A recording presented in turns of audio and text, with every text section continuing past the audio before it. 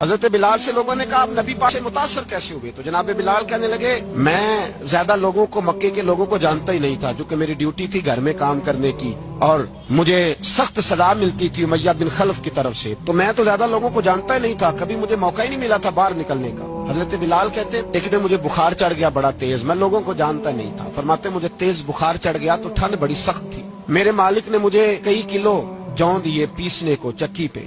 कहते मैं बीमार था तो मैंने कुछ दवाई ली जो उस वक्त मौजूद होती थी, तो मैंने एक लिहाफ लिया, दूध पिया तो मुझे नींद आ गई। जब मैं सोया तो मेरा मालिक आ गया, उसने आकर के मुझे सोए हुए देखा तो खींच कर कंबल उतारा, कहने लगा अब तेरी सजा ये है कि तू खुले मैदान में बैठेगा, वहाँ चक्की पीसेगा, और दूसरी सजा ये है कि तुझे कमीज पहनने की भी इजाजत नहीं। हजरत बिलाल कहते हैं तेज बुखार, ठंड का आलम, और जब मैं चक्की पीस रहा था तो रो रहा था। सैयदना बिलाल हबशी रदी अल्लाह ताला अन्हु फरमाते हैं मेरे दरवाजे के करीब से रसूल पाक गुजरे और मुझे हाय हाय करते देखा तो दस्तक दी। मैंने कहा कौन है? दरवाजा खुले आ जाओ। महबूब अंदर आए तो पूछने लगे क्यों रो रहे हो? मैंने कहा जाओ अपना काम करो, यहाँ दुख सारे पूछते हैं मदावा कोई नहीं करता। कहते मैंने सख्त जुमले कहे माज अल्लाह, हुजूर चले गए। जब हुजूर जा रहे थे तो मैं कह रहा था बस जा रहे हो ना, मैंने पहले ही कहा था जाओ। कहते कुर्बान जाऊं, थोड़ी देर गुजरी तो अल्लाह के रसूल के हाथ में गर्म दूध का प्याला था, खजूरें थी। हुजूर तशरीफ लाए, करीम रसूल ने मुझे खजूरें दी, दूध पिलाया और कहा चल जा कंबल में बैठ जा। तो मैंने कहा चक्की कौन पीसेगा,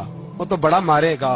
मुस्तफा करीम ने फरमाया तू बैठ रजाई में और आज तेरे हिस्से की चक्की मैं पीसूंगा। कहते हैं सारी रात हुजूर चक्की पीसते रहे। सवेरे मैं उठा और मेरे हबीब पाक ने मुझे वो सारा कुछ दिया और खुद चले गए। अगली रात फिर आई तो हुजूर फिर आ गए, मुझे फिर रजाई में लिटाया, दूध पिलाया और सारी रात चक्की पीसी। कहते बस तीसरे दिन हुजूर चक्की पीस के जाने लगे तो मैंने कदम थाम लिए। मैंने कहा बीबा दुनिया सारी झूठ बोलती है, जो गुलामों के हिस्से का काम करे वो अल्लाह का सच्चा रसूल हुआ।